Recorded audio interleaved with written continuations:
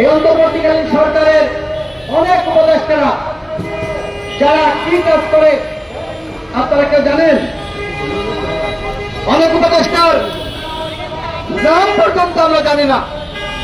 তারা কি আসলে দাপ্তরিক কাজ করছে নাকি করছে না আমরা সেটিও জানি না। আমাদের একজন আছে স্বরাষ্ট্র উপদেষ্টা, এতদিন দায়িত্ব পালন করছে, সাক্ষাৎ সাহেবের পরে এখনো পর্যন্ত বাংলাদেশের আইন শৃঙ্খলা পরিস্থিতি তারা ঠিক করতে পারে নাই। চৌরগুলো যখন ভারতে পালিয়ে গেছে, আমেরিকা, ইউরোপে, কানাডায় পালিয়ে গেছে, তখন তারা অপারেশন ডেভিল হান্টের ঘোষণা করেছে। ডেভিল কি একটা ধরা পড়েছে?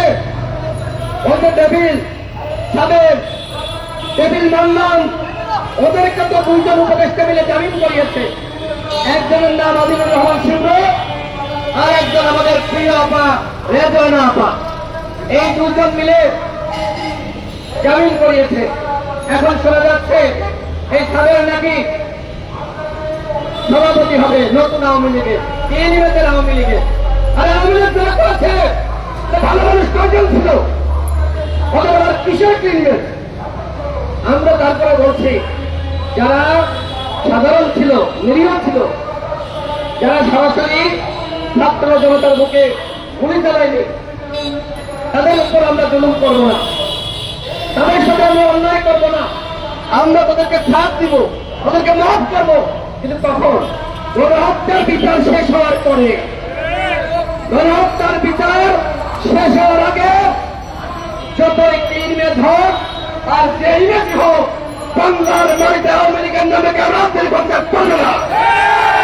কথা ক্লিয়ার? প্রধান উপদেষ্টা হন আর যে উপদেষ্টা হন, কাউকে কোনো টাইম নাই। আওয়ামী লীগের পূর্বাসন যেই করতে আসবে, জনগণ তাকে প্রধানত করবে। আমার ভাই জীবন দিয়েছে, রক্ত দিয়েছে, আর তোমরা এখন এই অবিপ্লবী সুশীল উপদেষ্টারা আওয়ামী লীগের পুনর্বাসন বলেন, এইসব পুনর্বাসন করতে দেওয়া যাবে না। বন্ধুগণ,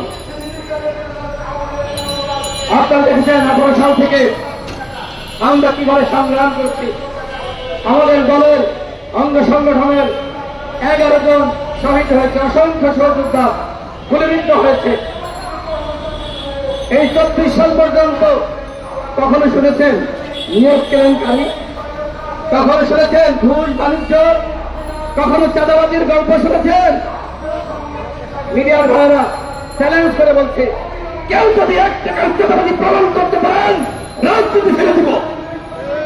কথাই স্পষ্ট, আমরা রাজনীতি করি দেশের জনগণের জন্য, রাজনীতি করি এদেশের মানুষের জন্য।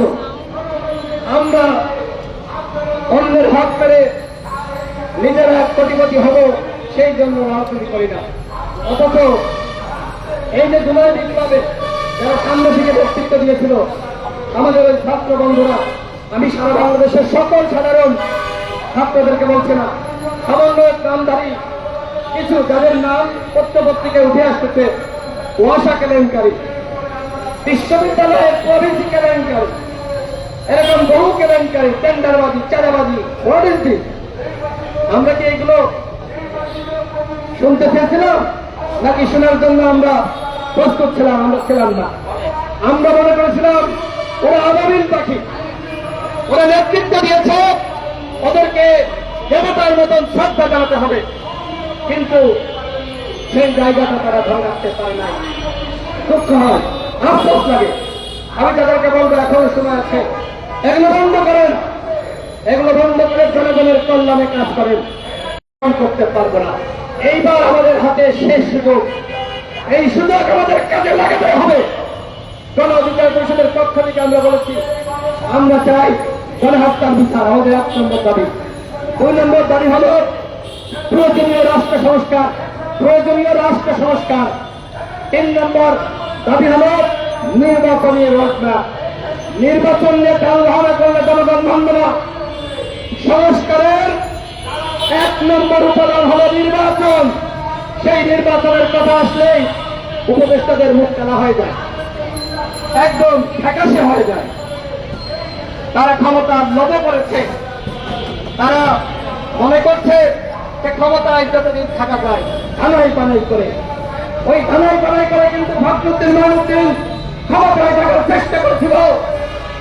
দেখবেন যে ফখরুদ্দিন মাইনুদ্দিনের 1 বছর কোনো সমালোচনা ছিল না, সবাই মাথায় তুলে ব্যস্ত ছিল। 1 বছর পরে কি হলো যে ফখরুদ্দিন মাইনুদ্দিন জনগণের সাথে বেইমানি করে সে আরেকটি স্বৈরাচার হওয়ার পায়তারা করছিল, আরেকটি এরশাদ হওয়ার পায়তারা করছিল। বাংলাদেশের জনগণ উচিত শিক্ষা দিয়েছে, ওরা পালিয়েছে। সুতরাং এই উপদেষ্টা পরিষদের যারা আওয়ামী লীগের পুনর্বাসন করতে চান তারা ফখরুদ্দিন মাইনুদ্দিনকে দেখে শিক্ষা নেন। ক্ষমতা কখনোই কুক্ষিগত করে ধরে রাখা যায় না, শেখ হাসিনার কাছ থেকে শিক্ষা নেন। পাশাপাশি বাংলাদেশের যে অন্যান্য রাজনৈতিক দল বিএনপি, জামাত, গণ অধিকার পরিষদ, ইসলামিক দল জামাত ইসলাম, ইসলামী আন্দোলন বাংলাদেশ সহ বাংলাদেশের সমস্ত ইসলামিক দল, বাম প্রগতিশীল শক্তি, তাদের নেতাকর্মীদের প্রতি আমার আহ্বান থাকবে, আওয়ামী লীগকে দেখে শিক্ষা নেন। আজকে আপনাদের অনেকের বিরুদ্ধে গ্রামে-গঞ্জের দ্বারা মহল্লায় চালাকি দখলদারিত্বের অভিযোগ, আপনারা তো ভোটদানে ভূমিকা রেখেছেন, আপনারা তো এদেশের জনগণের কাছে মজলুম হিসেবে আপনারা স্বীকৃতি পেয়েছিলেন। সুতরাং আপনাদের নামের আগে চাঁদাবাজ দখলদার যুক্ত হোক, সেটি আমরা শুনতে চাই না। আমি আমাদের দল গণ অধিকার পরিষদের কথাও বলেছি। আমি বাংলাদেশের প্রতিবাদী সকল দলের নেতাকর্মীদের বিরুদ্ধে বলবো, আপনারা এক এবং ঐক্যবদ্ধ থাকুন, আপনারা জনগণের পাশে থাকুন, জনগণের কাঁধে থাকুন। ওই আওয়ামী লীগের স্টাইলে যদি আমরা রাজনীতি করতে চাই, আমাদের পতন আওয়ামী লীগের মতন হবে।